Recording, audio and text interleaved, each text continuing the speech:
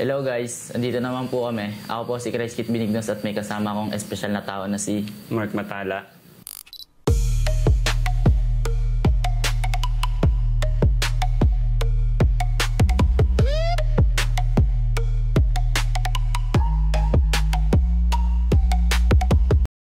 So, kamusta naman araw mo ngayon, Idol? Okay naman.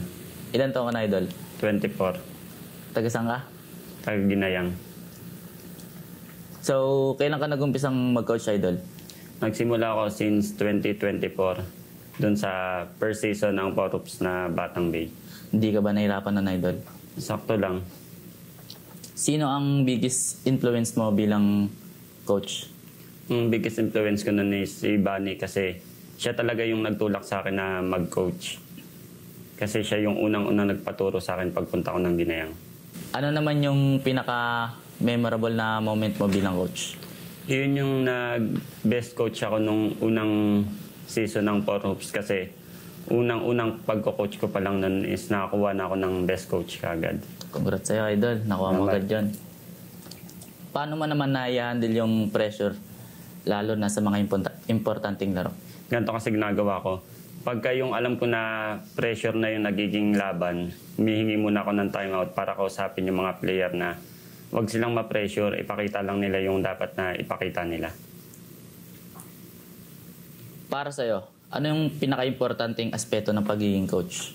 Ang pinaka-importante para sa akin, kung paano mo didisiplinahin yung mga player mo at kung paano nila magagawa ng tama yung itinuturo mo. Yun talagang dapat makikinig lang lagi sa coach na, Idol. Gaano naman kahalaga ang teamwork sa sistema mo?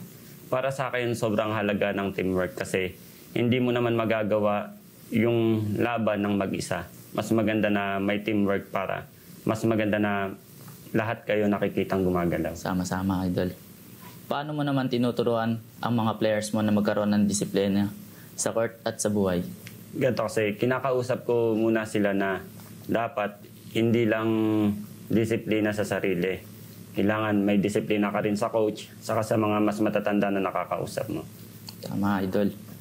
Ano naman masasabi mo sa performance ng team mo ngayon? Sobrang ganda naman at sobrang laki ng improvement na pinapakita nila ngayon. May liga na ba silang sinasalihan ngayon, Idol? Sa ngayon, may 3 liga sila na sinasalihan. Kamusta naman yung bawat laro nila doon? Sobrang ganda naman kasi sa Aranzazu, waiting lang sila ng finals. Sa MSBL naman, waiting sila ng quarterfinals. Tapos sa HBL naman, 1-1 pa lang yung standing nila ngayon. Tuloy lang, Idol. Sino naman sa mga player mo ang talagang nag-improve? Ang sobrang laking improvement na nakikita ko sa kanila, si Bani, si Rene, si Raven, si Tayshan, saka si Steven. Yan. Sobrang lalaki na ng improvement na pinapakita nila ngayon. Paano mo binubuo ang chemistry ng team mo? Una sa lahat, pagka sa oras ng training, kailangan kompleto sila para mas maituturo ng tama yung play at yung depensa na dapat nilang malaman. May mga rituals or routine ba kayong ginagawa bago mag-umpisa ang game? Bago mag-umpisa yung game, kinakausap ko muna sila na kung ano yung dapat nilang gawin. Tapos dasal lang din. Ano naman yung pinaka-challenging na part ng pagmamanage mo sa team? Lalo na yung pinaka-challenging sa akin, pagka oras ng training kasi hindi maiiwasan ng mga bata yung pandadaya sa training. Tama, Idol. Kasi syempre napapagod din naman sila. Naintindihan ko naman yun, pero dapat matuto silang magsabi para antimano, mapagpapahinga muna sila. Tama, kasi kumbaga yung training para sa kanila din, no? Para sa kanila, hindi para sa akin. Ano naman yung ma-advise mo sa mga gustong mag-basketball player or coach balang araw?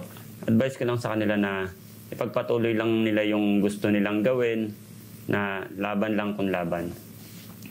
Paano mo naman pinapalakas ang loob ng team mo kapag natatalo?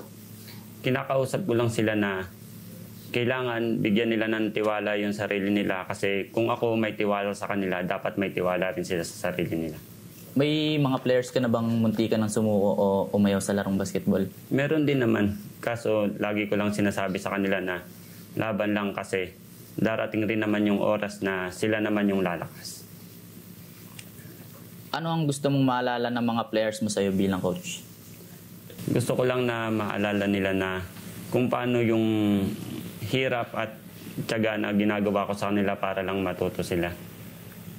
Ikaw, Idol, nakikita mo na bang hanggang coach ka na lang, hindi ka na talaga magiging player? Parang mas gusto ko kasi na nakikita na mas maraming batang natututo. Mas maganda. Siyempre, Idol, dumaan ka din sa pagiging player. Paano mo naman nakita sa'yo na hanggang coach ka na lang talaga? Kasi parang, siyempre, bihira lang din naman yung liga na pang open age, yung mga ganun. Kaya mas nag-focus na lang ako sa mga bata na mas gusto pang matuto. Ano naman mga gusto mong i-mensahe sa mga batang sumusuporta sa Idol? Yun, maraming salamat sa mga batang patuloy na sumusuporta. Pagpatuloy nyo lang yung mga pangarap nyo sa buhay, makakamit nyo rin yan. May mga gusto ka bang shoutout, Idol? Shoutout nga pala sa mga player ko dyan sa Batang Bay. Yan, sa mga idol ko, Idol JB Caparas, Mico Del Rosario. Yan, Jawa Works Idol. May mga gusto ka bang i-promote? Yan, po-promote ko lang po yung bago kong labas na Nyak Clothing. Yan, chat nyo lang po ako sa aking Facebook. Yan, para makapag-check out na po kayo ng maayos. Bili na kayo mga Idol, solid yan sa halagang 450 pesos lang po. kayang-kaya, may black and white. Huwag nyo na patagalin pa. So yun, Idol, maraming salamat sa pagpunta. Yan, salamat. Maraming salamat din po sa walang sawang panonood ninyo. Sana supportahan nyo po kami palagi. Salamat. Hello guys, andito na naman po kami. Ako po si Chris Kit Binigas at may kasama. Tama. Sinong pinaka-memorable? Ulit. Gusto ko lang na maalala nila na wait ka ng cut. Ano ang gusto mong maalala ng mga players mo sa'yo bilang coach?